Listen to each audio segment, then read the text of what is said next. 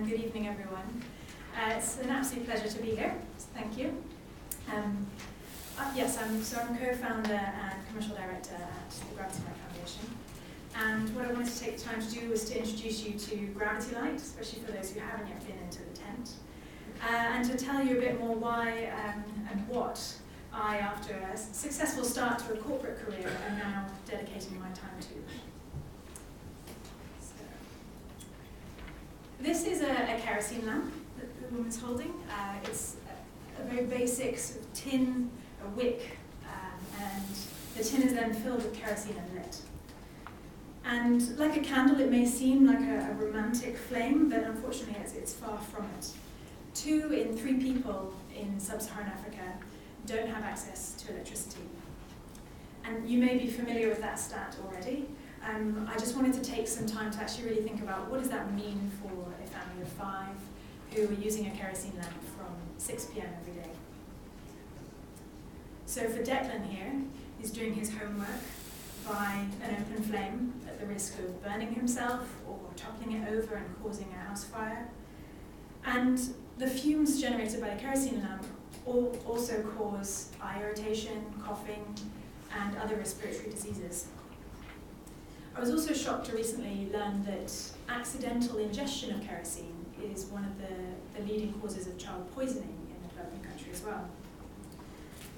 And for Declan's mum, Devlin, she spends about 20% of her income on kerosene for lighting. And as well as using it for cooking in an evening, she also needs to make a decision on whether she can afford to share that kerosene with Declan for his homework, and if so, for how long. In contrast, we have Brian here, who's doing his homework by GravityLight. And GravityLight has been designed as a clean, safe, and affordable alternative to kerosene. So Brian does not have the ill effects of coughing, he doesn't have any eye irritations, and he's not time limited in terms of how long he can spend reading and drawing. Because GravityLight is just powered by simply lifting a weight, and it can be done repeatedly with no ongoing cost. How does it work? Instead of testing those that I talked through earlier, I'll just explain briefly and then we'd invite you into the tent afterwards. The main unit is hung on a sturdy beam, and there's a bag at the bottom of it you can't see in the image. You fill that bag with rocks or sand, about 12 kilos, and then you attach additional lights, satellites, to spread around the room. It's about 5 meters each, so you can have one in the kitchen and one in the living area to read by. You simply winch up the weight, so although it's 12 kilos, it just feels like you're lifting 2 to make it very accessible for people to use. And then that weight will gradually fall with the pull of gravity. Turn a gear chain, power a motor, light an LED, or a string of LEDs. As soon as that bag reaches the ground, so 20 minutes for a 6-foot drop, you just simply lift it up again and power the light. So why is it different? Why does it stand out from a solar lantern, some people have asked? First of all, it's instant power, so it's on demand whenever you need it. It is limitless. You can just top it up and again whenever you need more light. And it doesn't have any batteries or need the sun, so you don't need to worry about the weather outside or charging at risk of theft. In replacing kerosene lamps, you can then set off a sort of positive cycle of benefits, from saving money. GravityLight pays for itself in about 4 months of switching from kerosene, to providing light to study, to improving health of the family, all leading to opportunities and increased household income, as well as, in the meantime, reducing CO2 and black carbon emissions. And this is Elizabeth, who I was chatting to the other day, and she has 2 daughters.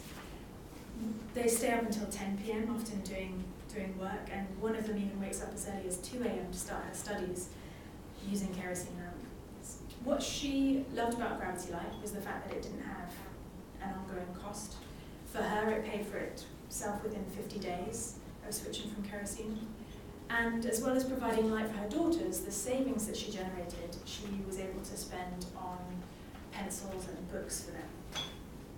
And something that we probably take for granted is how long we can stay up tonight socializing or with family.